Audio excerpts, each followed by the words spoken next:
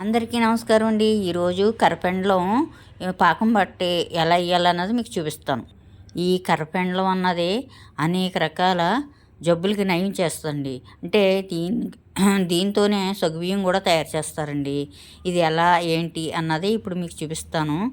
ఇది పాకంలో వేసేటప్పుడు ముందే రెడీ చేసుకోవాలి. ఎలా చేసుకోవాలన్నది ఇప్పుడు మీకు చూపిస్తాను రండి. ఈ ముక్కలు కట్ చేసుకునండి. అలానే మనం ఒలిచేసి బెల్లం వేసి కుక్కర్లో పెట్టుకుని విజిల్ వేయించాలండి. ఇవి తవ్విన తర్వాత ఒక రోజుకి మించి ఉండవండి. అంటే కళ్ళిపోతాయి, నల్లసారు వచ్చేస్తుంది. అప్పుడు తినకూడదు, అది పాయిజన్ అయినట్టు అనమాట అండి. రండి చూద్దాం. ఒలుసుకున్న తుక్కు చూసారా ఎంత వచ్చిందో అండి. మట్టి ఉంటుంది, అంటే భూమిలోంచి తీసిన బంగారం కదండి దుంపలు కూడాని. ఇప్పుడు ఈ దుంపలు కడిగేసి కుక్కర్లో వేసుకుందాం. దుంపలు కుక్కర్లో వేస్తున్నానండి. పావు కేజీ బెల్లంకే పడుతుంది.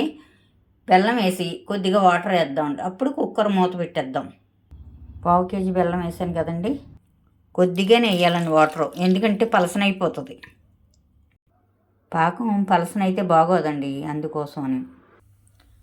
స్టవ్ మీద పెట్టి విజిల్ వేద్దామండి. తర్వాత మనకి ఉడికింది లేనిది అన్నది ఎలా తెలుస్తుంది అనుకుంటున్నారా? ఒక్క 2-3 విజిల్ వేయించేటోడికి ఉడికిపోతుందండి. మీకు మళ్ళీ చూపిస్తాను.